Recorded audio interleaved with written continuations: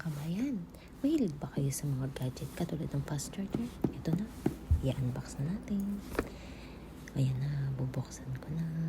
Dyan, dyan, dyan, dyan. Ayan, may serial number nga pala yun sa gilid. Ayan, ano ba yun? Buti madali lang buksan yung plastic. Ito nga pala ay Iwalk FastCharger. FastCharger. Yan, tingnan nyo mabuti. Yan na. Bubuksan natin. Ano ba yan?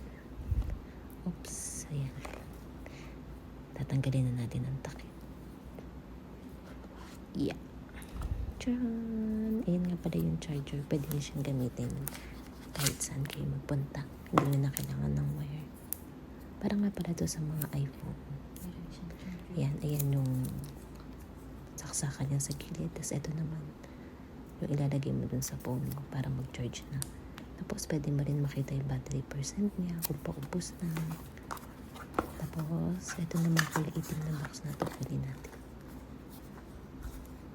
Dito naman sa itim na to, nakapaloob yung ano ba yan?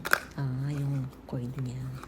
Saksakan para dun sa charger. Tapos ito, USB po.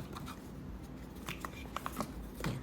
Tapos sa ilalim naman niya, yung certificate. Yan. Yung warranty. Yan. Tapos basahin nyo na lang yung 1 watt. Bye-bye.